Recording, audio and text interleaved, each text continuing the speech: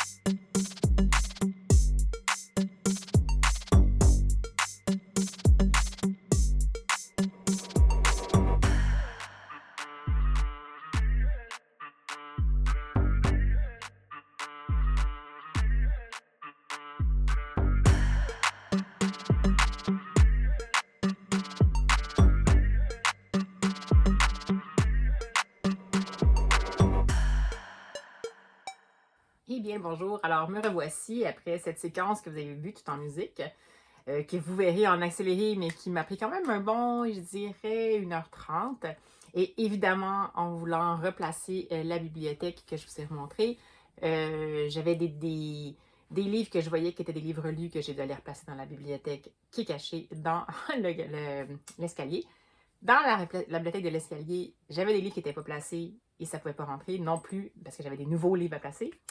Et j'ai pas tout à fait accès à l'ensemble de la bibliothèque. Donc, j'ai également enlevé quelques livres que vous n'avez pas lus, que vous n'avez pas vus en fait, là-bas et je les ai rassemblés dans la grande pile. Je ne vous referai pas toute la pile, mais en gros, c'est sûr que, bon, je les ai comptés en plus, les livres. Il me semble que c'était 54. Oui, 54 livres que j'ai retirés. Pour différentes raisons, puis peut-être qu'il y en a qui vont être outrés, mais moi, je ne suis pas outrée.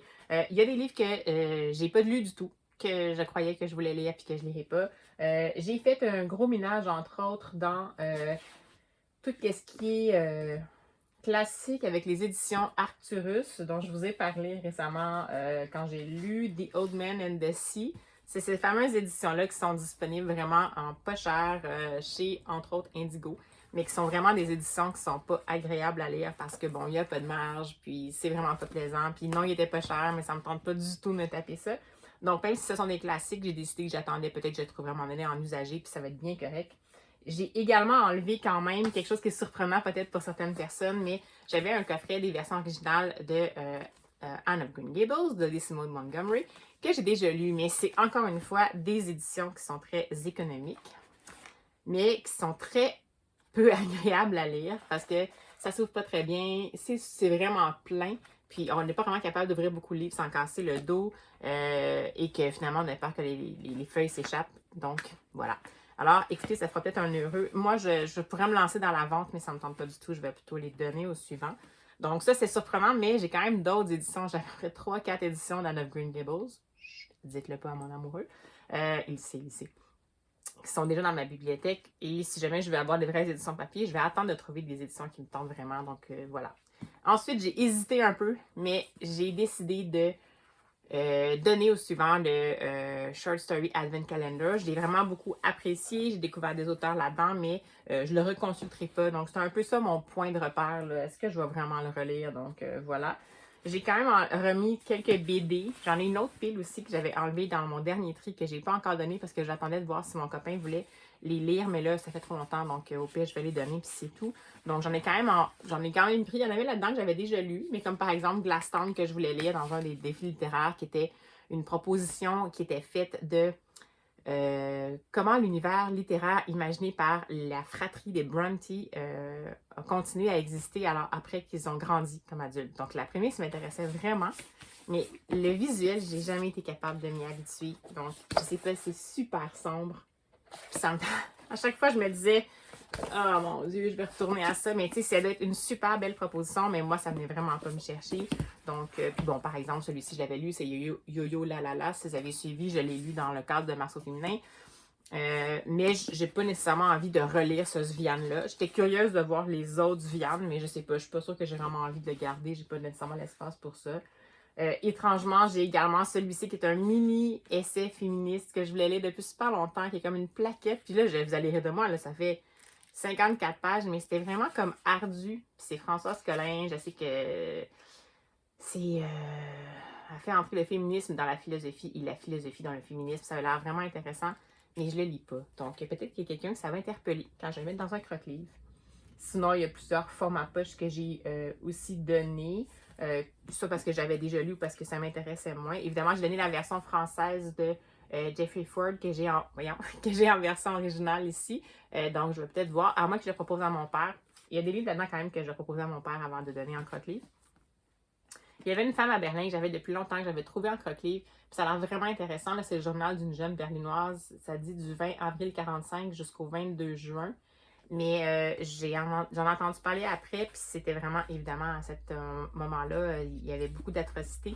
Puis on dirait que j'ai toujours hésité en raison de ça, alors que cette période historique-là, quand même, à la fois me fascine et me terrorise. Mais j'en dirais que j'ai trop hésité, fait que je me suis dit, je vais le passer au suivant. De toute façon, je l'avais déjà eu dans un croque-livre. Bon, des livres aussi que je pensais que j'allais aimer puis que finalement non. Quelques classiques jeunesse. Oui, un Lemony Snicket qui est, si vous ne savez pas, qui est l'auteur de la série The Unfortunate Events of, voyons, c'est quoi donc, les terrifiantes aventures des enfants Baudelaire, des orphelins Baudelaire, je me souviens plus. Et puis, ben, celui-là, il me tentait, mais moins. Puis j'ai des livres anciens que je trouve vraiment cool, mais que finalement, je lis pas. Donc, bon, ça a été un au revoir. Là, Criez pas, La passeuse de mots, je l'avais acquis dans le temps, dès que c'était sorti. Et ça fait plein de fois que je veux le lire. Puis, c'est du fantastique, c'est moins du fantasy, c'est moins dans ma talle, mais ça m'intéresse puis je veux le lire. Sauf que ce format de livre est vraiment rébarbatif. Euh, non seulement il est gros, mais en plus, l'édition est vraiment pas aérée. Donc, ce que je vais faire, puis j'ai vu qu'il existait également en livre audio, donc éventuellement, je vais peut-être me le faire en livre audio ou me l'emprunter en livre numérique pour celui-là, parce qu'on dirait que, je sais pas, peut-être que je vais le regretter parce que je vais adorer la série puis je vais vouloir avoir toutes les tombes. Mais ça fait vraiment longtemps que je lis, puis ça suffit. Donc, je le passerai. Peut-être qu'il y a quelqu'un qui va être heureux d'avoir ça, encore une fois, dans un croque-livre. Ensuite, certains classiques de la poésie que j'avais lus, des petits essais là, que j'ai décidé de faire passer. Je passe rapidement parce que sinon, on y serait encore demain, bien entendu. Du jeunesse. Qu'est-ce que j'ai eu d'autre dont je pourrais vous parler? Bon, écoutez, il y a des livres que j'avais mis dans des tops. Donc, A Sky Painted in Gold de Laura Wood. Pourtant, j'étais contente. Oui, on dit toujours A Sky Painted in Gold. C'est A Sky Painted Gold de Laura Wood. Puis ça, j'avais mis dans un challenge littéraire. Puis je l'ai acquis parce que je voulais le lire. Puis à chaque fois que je lis le résumé, je suis comme, tu sais, puis c'est vraiment genre I Captured the Castle meets Gatsby. It's absolutely delicious. C'est ça le blurb en arrière. Puis on dirait que ça me parle moins. Je l'ai lu Gatsby, ça me parle moins. Fait que je me suis dit, bah, si ça me parle moins, ça parlera à quelqu'un d'autre. Il y avait également celui-ci, ça fait longtemps que je veux lire, mais finalement, ça s'avère être quelque chose que je pensais pas que ce serait. L'histoire d'un petit garçon qui déborde d'imagination, qui voudrait devenir Mary Poppins, mais ça finit par être quelque chose de plus secret familiaux, puis peut-être pas maltraitance, quelque chose comme ça. Puis là, on dirait que ça me parle un peu moins également. Et je laisse partir un livre. Je me fais vraiment influencer, mais là, c'est dans l'autre sens. J'avais voulu lire Les fameux mystères des sœurs Brontë de Bella Ellis. En fait, toute la gang des tote bags, là, donc Petite lectrice, Fluent Books, Madame Chachali, sans doute Triple L de Mike. Il les avait lus et il avait vraiment bien aimé ça. Puis, comme j'ai un peu découvert l'univers des Brontë, puis on dirait que ça m'attire moins le côté Brontë. Puis, il s'était dit qu'on pouvait, dans le fond, bénéficier de cette série-là, même si on ne l'avait pas lu, les Brontë. Mais j'ai peur de ne pas tant apprécier. J'avais aimé une variation qui avait été faite sur les Jane Austen par Stéphanie Baron. Je mettrais au moins le premier tome, peut-être ici en version originale. J'avais beaucoup aimé ça parce que j'aime beaucoup Jane Austen, donc on dirait que ça me fascinait. Puis j'étais capable de voir les références à son œuvre. Puis là, celui-là, j'ai peur de pas nécessairement aimer ça. Puis en plus, il paraît que c'était comme lent un peu comme un départ. Donc j'ai décidé de le laisser passer. Là, dans le fond, ça c'était The Vanished Bride. Puis en version originale, donc je vais le laisser passer, puis ça ira à quelqu'un d'autre, c'est pas grave. J'avais également, à un moment donné, j'avais osé prendre de la fiction potentielle sur qu'est-ce qui s'était passé dans la vie de Jane Austen, parce que Jane Austen, on n'a pas beaucoup de données sur sa vie personnelle. Il y a plusieurs rumeurs qui sont faites. Puis dans le fond, dans celui-là, c'était un peu ça. C'était une espèce de fiction qui était partie de certaines pistes biographiques. Puis on suivait supposément Cassandra, la sœur de Jane Austen, après la mort de celle-ci, qui retrouvait des lettres et qui levait le jour sur certaines choses de la vie de Jane Austen. Mais j'ai peur que ce soit trop comme romance, catastrophe et tout ça. Non, j'ai eu peur. Fait que je me suis dit, non, ça me tente pas du tout. Le fameux The Pool of the Stars d'Emma Donoghue, ça faisait longtemps que je voulais lire parce que ça se passait dans la grippe espagnole, je crois.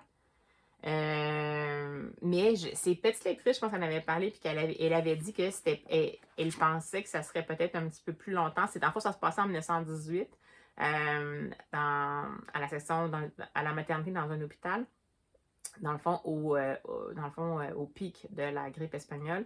Puis, on suit comme une infirmière qui s'appelle Julia Power dans cette espèce de contexte-là.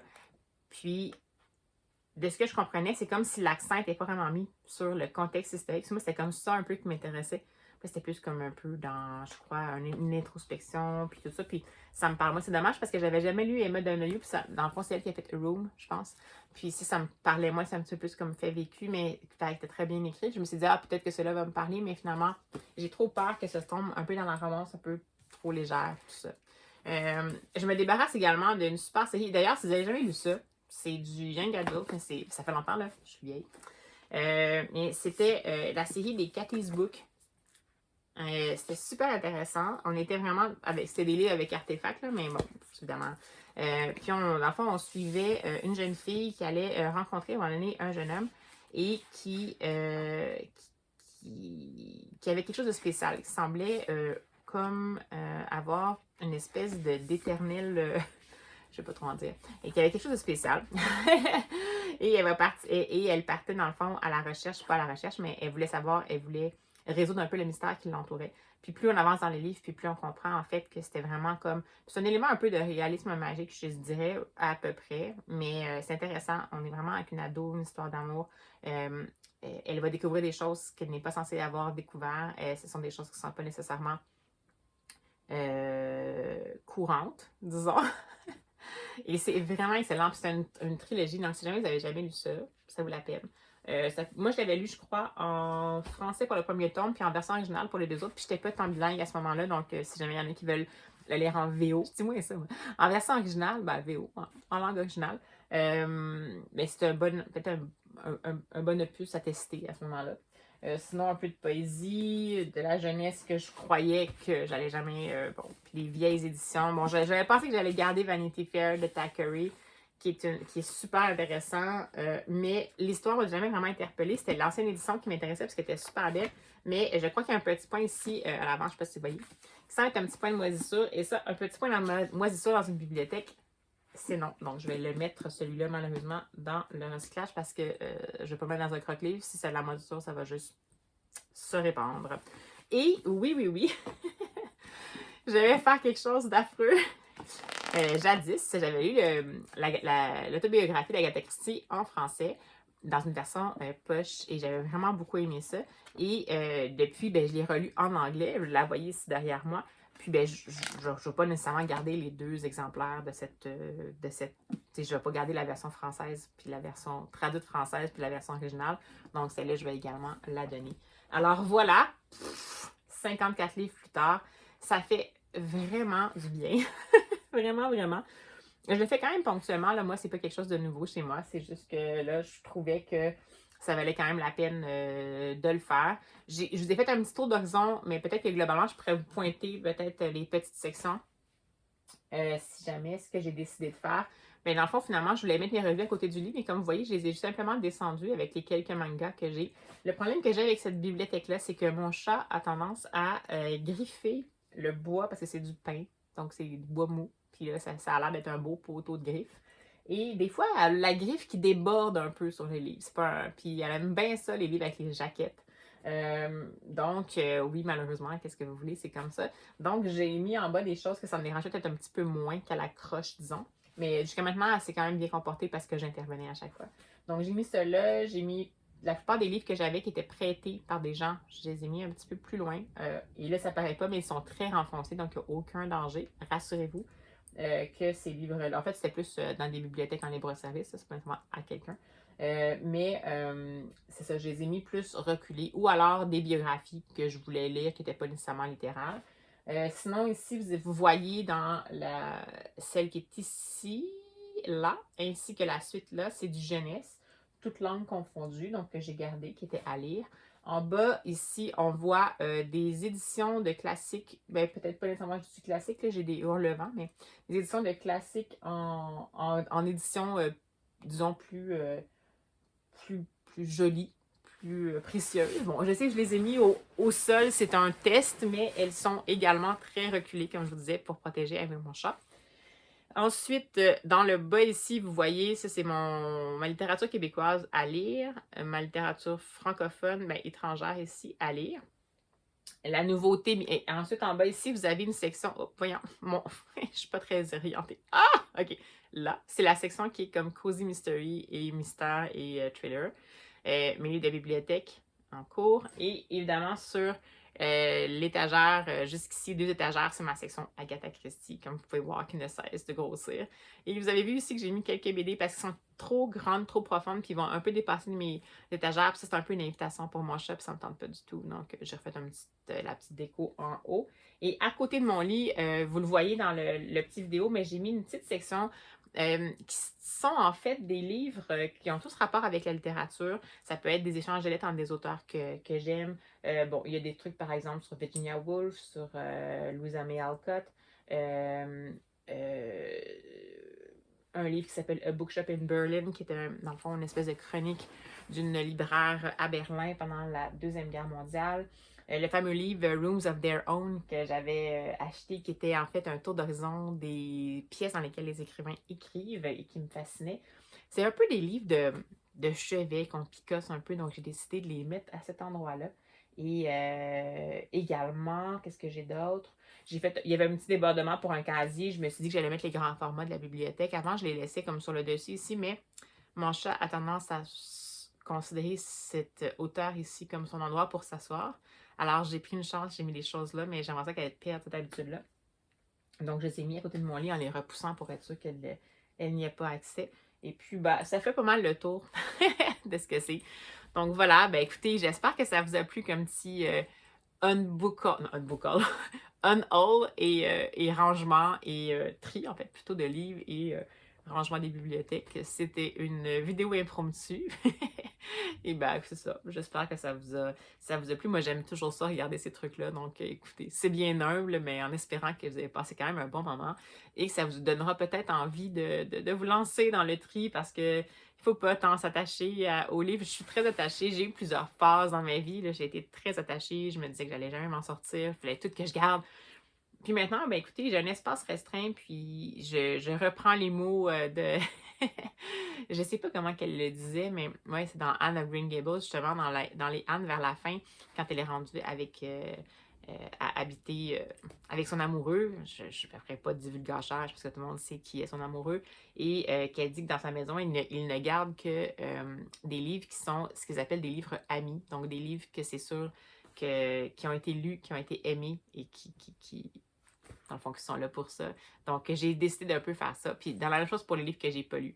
Si je vois que ça fait un bout que j'essaie puis que ça me tente pas, ben écoutez, c'est comme ça. Puis, ben, ça me dompte aussi parce que j'en ai acheté beaucoup récemment. Puis, ben, écoutez, c'est quelque chose que j'aime pas faire beaucoup parce que je sais que sur le coup, j'ai envie de les lire. Finalement, j'ai pas le temps, je les lis pas. Puis, finalement, dans comme 6-9 mois, je finis par les donner. Mais bon, c'est comme ça. Je vais pas me changer, je suis comme ça, mais j'essaie quand même d'être un peu raisonnable par rapport à ça. Puis au moins, les autres livres, ben, ça va être à donner au suivant. Donc, ça fera peut-être un petit plaisir impromptu pour mes collègues lecteurs et lectrices que je ne connais pas, peut-être dans mon entourage, dans mon voisinage plutôt. Alors voilà, sur ce, je vous souhaite une bonne journée. Puis je vous dis à tout bientôt!